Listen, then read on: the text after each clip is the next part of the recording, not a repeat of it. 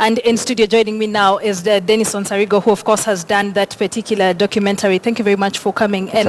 And briefly, let's just go through what you unearthed as you were working on this particular story. This investigation took us 7 months to cover, and we went to 3 regions. Central Province, where Solio Ranch is.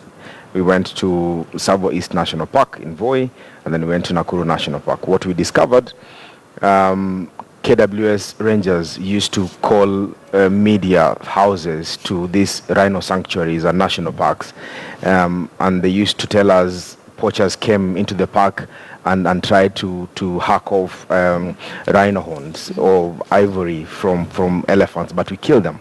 But it was a bit suspect because every time they kill a poacher, then they can't recover rhino horn. The rhino horn goes, and they say one of the poachers managed to get away. So we discovered it was a complex cartel of KWS personnel engaged in poaching, and then they could lay the blame on will-be poachers. A case in point was in Nyeri, where 2 suspected poachers were killed, and one of them was a policeman. These fellas were lured into the rhino sanctuary and killed, in fact, at point blank range, and then they accused him of stealing rhino horns. Right. But luckily, one of the will-be poachers managed to escape. So he was the one who was giving us this story. So we discovered KWS is deeply involved in poaching, yes. What does this really say about us, seeing us tomorrow? We are having this big event. We have about 8 heads of states coming in, conservationists, you name them, celebrities coming in to witness the burning of the largest tons of ivory ever done in history. While we are seeing our civil servants are involved in this, and on the other hand, we are trying to show the international community that we are really committed to this. What does that say about us, really? I think it's a public display of how we do things. One, internationally, we are doing so well because we have a stockpile of 105 ton of ivory to be set on fire tomorrow. Remember, this is not the first time. The first time we did this was in 1989. President Daniel Moi did it, Kibaki did it, Uhuru has done it. It's almost like every president has to do it. Yeah.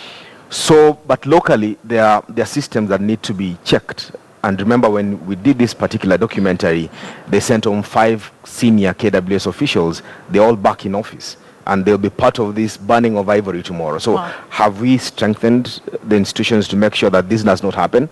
And what does this say? Having 105 tons of ivory being set on fire, that tells you maybe 10,000 elephants have died, or 10,000 rhinos have died. So it's a statement. Internationally, Kenya is doing something about it, but locally, there are issues that need to be addressed. Dennis, are we shooting ourselves in the foot as far as the war on poaching is concerned?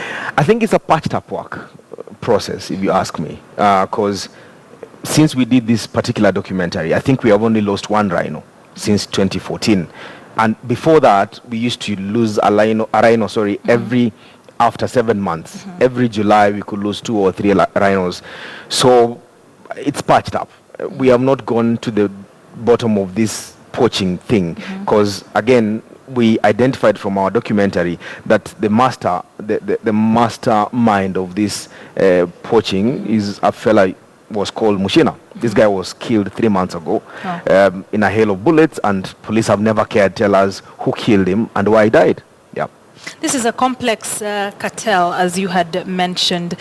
Is it that we lack political goodwill in fighting poaching in the country and, of course, ivory business? Many things. I mean, we must give thumbs up to KWS rangers who go out there in the night to make sure that they protect this wildlife. In Nakuru National Park, for instance, there are KWS rangers stationed just to protect 10 or 15 rhinos every day around the clock.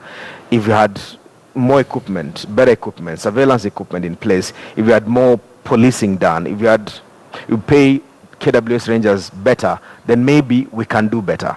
Is there political goodwill? You look at the people who hold offices in the name of KWS directors sometimes.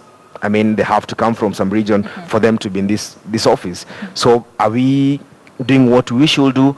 On one hand, yes. On the other, we can do better and we can do more. Do we need a cleanup exercise, a complete overhaul of how systems work in terms of who are put in the hierarchy levels, not only in the KWS, but of course related government agencies? I think meritocracy is important, especially in this particular institution that is charged with a very big responsibility. Remember what tourism does to this country. We get in billions and billions in foreign exchange. It's not a small sector, it's a big sector. So protecting this group of animals and endangered species, especially rhinos that are running out of extinction in the next few years. They say in 2030 we'll be lacking them. I saw another story in a local media house saying there's only 2 or 3 black rhinos left around this continent. So can we do better? Can we structure institutions? Yes, we should. And I think we should have done that yesterday. So what we are saying is the banning of ivory tomorrow is not a lasting solution. It's a statement. Yeah. It's a big statement. It is. And it's But a is it resolve. a solution? No, it's not a solution. I'm not an expert to say that, but it's a resolve from the government that poachers have been put on notice. But if we cannot, quote unquote, ban the poachers, but ban the ivory, then I think it's a seesaw game we are playing. It's a hide and seek. We are shooting in the dark. Right. It's like a black man in a black room trying to look for a black cat. That makes me Yes, laugh yeah. all the time.